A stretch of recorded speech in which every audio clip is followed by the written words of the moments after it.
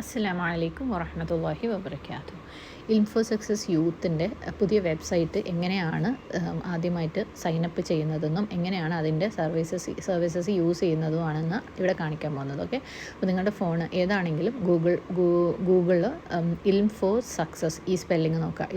ILM for success യൂത്തൊന്നും അടിച്ചിട്ടില്ലെങ്കിലും കുഴപ്പമില്ല. Info success എന്ന് അടിക്കുമ്പോൾ തന്നെ താഴെ വരുന്നതിൽ ഈ ഒരു വെബ്സൈറ്റ് ഉണ്ടാവും, www.infosuccess.com. ഓക്കെ, ഞാനിത് ഫോണിൽ യൂസ് ചെയ്യുന്നവർക്ക് ഫോണിലാണെന്നുള്ള ഒരു അസംഷനിലാണ് ഞാൻ കാണിക്കുന്നത് കേട്ടോ. ഇൻഷാ അല്ലാ ലാപ്ടോപ്പിലാണെങ്കിലും ഒക്കെ നിങ്ങൾക്ക് ഇതേപോലെ സെർച്ച് ചെയ്യാവുന്നതേ ഉള്ളൂ.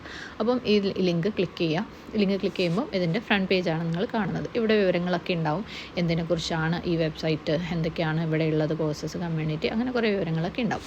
പിന്നെ ഓരോ കോഴ്സിനെ കുറിച്ചും കൂടുതൽ വിവരങ്ങളൊക്കെ അറിയാൻ വേണ്ടിയിട്ട് നിങ്ങൾ മുകളിൽ റൈറ്റ് സൈഡിൽ 3 വര കാണാം. അത് ക്ലിക്ക് ചെയ്ത് കഴിഞ്ഞാൽ ഇവിടെ services, kids, teens, young adults, അങ്ങനെ ഓരോ ലിങ്കുകൾ കാണാം. അതൊക്കെ ക്ലിക്ക് ചെയ്ത് നോക്കിയാൽ നിങ്ങൾക്ക് കൂടുതൽ വിവരങ്ങൾ കിട്ടും.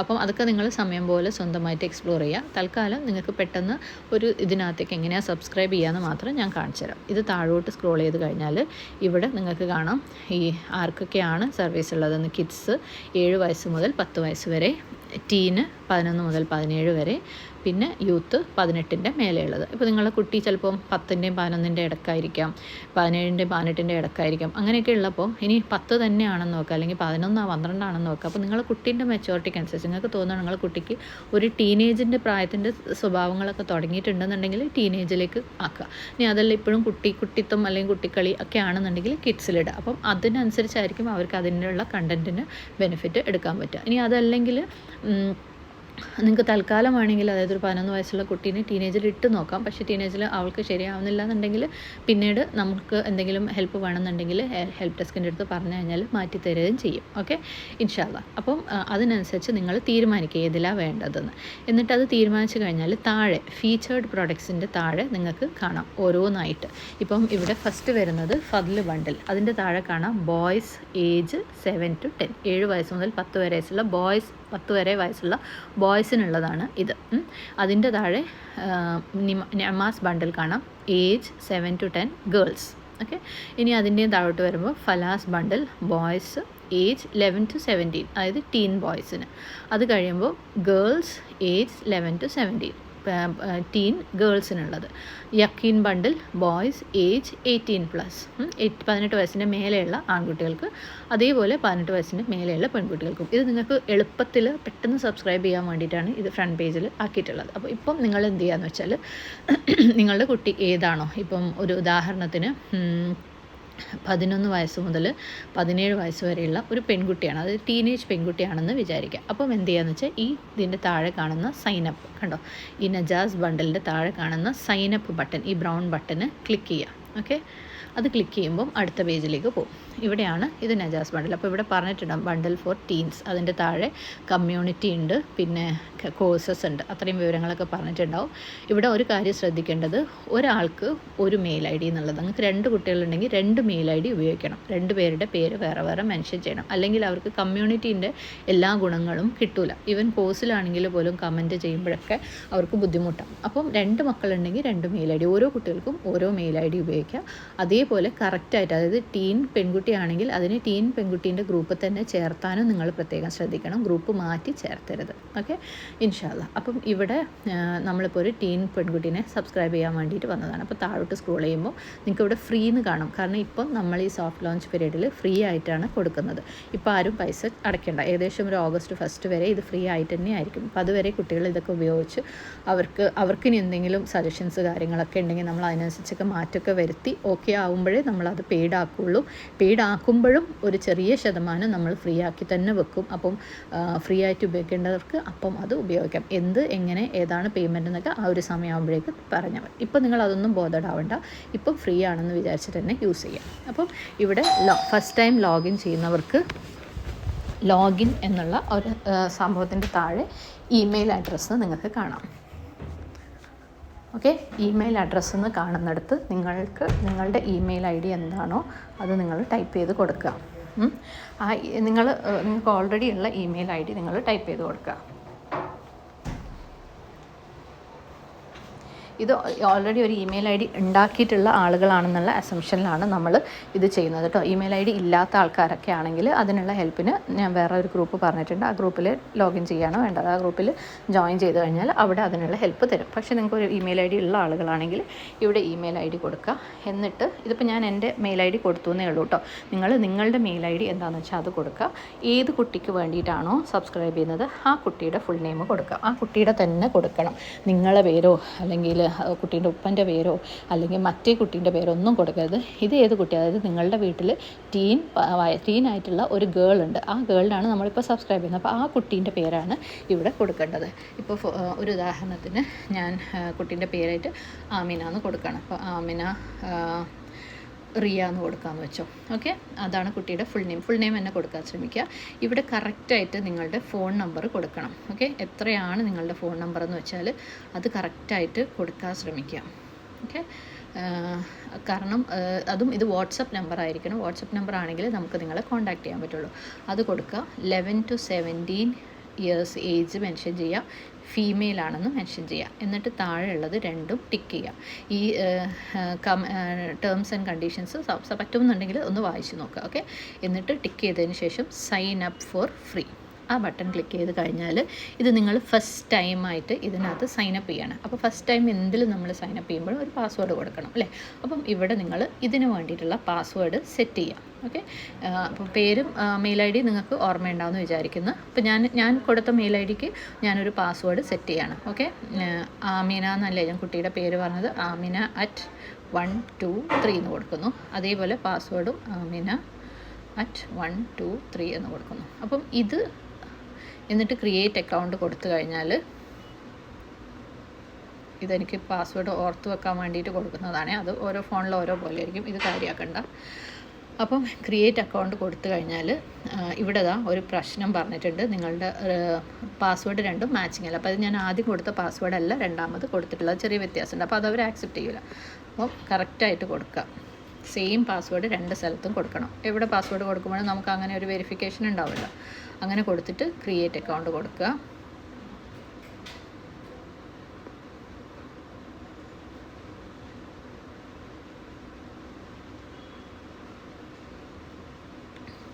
ഇപ്പം അക്കൗണ്ട് ക്രിയേറ്റ് ആയി.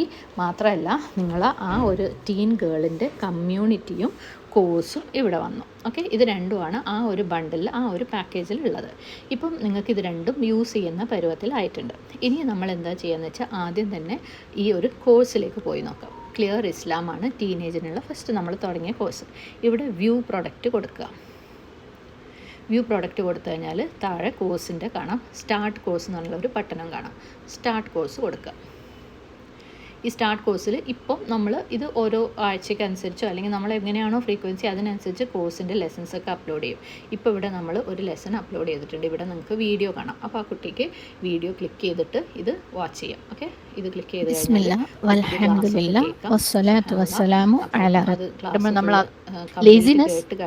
ഭയങ്കര പ്രശ്നമാണ്. എന്റെയും പ്രശ്നമാണ്, എന്റെയും പ്രശ്നമായിരുന്നു.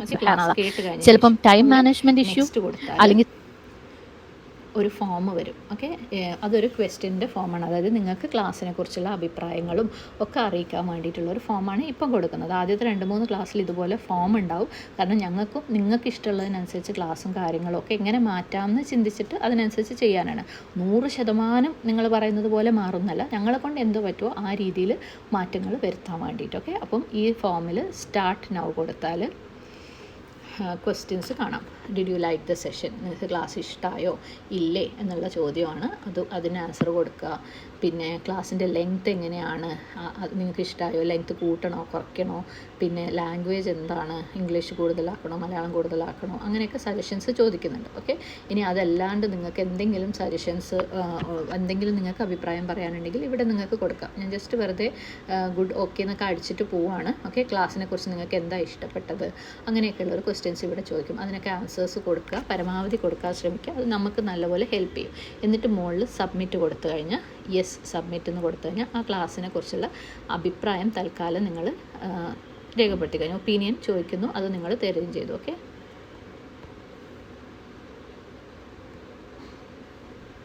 ഇനി ഇത് ക്ലോസ് ചെയ്യാം.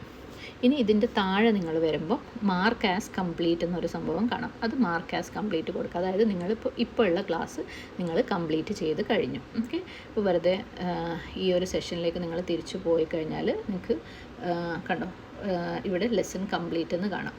പക്ഷേ ഞാൻ ഈ മേലെ കണ്ടോ ക്ലാസ് ഞാൻ മുഴുവൻ കേൾക്കാത്തത് കൊണ്ട് ക്ലാസ്സിന് പകുതിയാക്കി വെച്ചത് കണ്ടോ. അപ്പോൾ ക്ലാസ് മുഴുവൻ കംപ്ലീറ്റ് ചെയ്ത് കഴിഞ്ഞാലേ നമുക്ക് മാർക്ക് ആസ് കംപ്ലീറ്റ് കൊടുക്കാൻ പറ്റുള്ളൂ. ഇവിടെ നമ്മൾ ക്വിസ് മാത്രമാണ് കംപ്ലീറ്റ് ചെയ്തത്. ഓക്കെ, ഇപ്പം ക്ലാസ് പകുതി വെച്ച് നിർത്തിയതാണ്. അപ്പോൾ ക്ലാസ് മുഴുവനാക്കിയിട്ട് മാർക്ക് ശരിക്കും ക്ലാസ് കേട്ട് കഴിഞ്ഞിട്ടേ ഫോം ചെയ്യാൻ പാടുള്ളൂ. ഞാൻ നിങ്ങൾക്ക് പെട്ടെന്ന് കാണിക്കാൻ വേണ്ടിയിട്ട് അങ്ങനെ ചെയ്തു എന്നേ ഉള്ളൂ.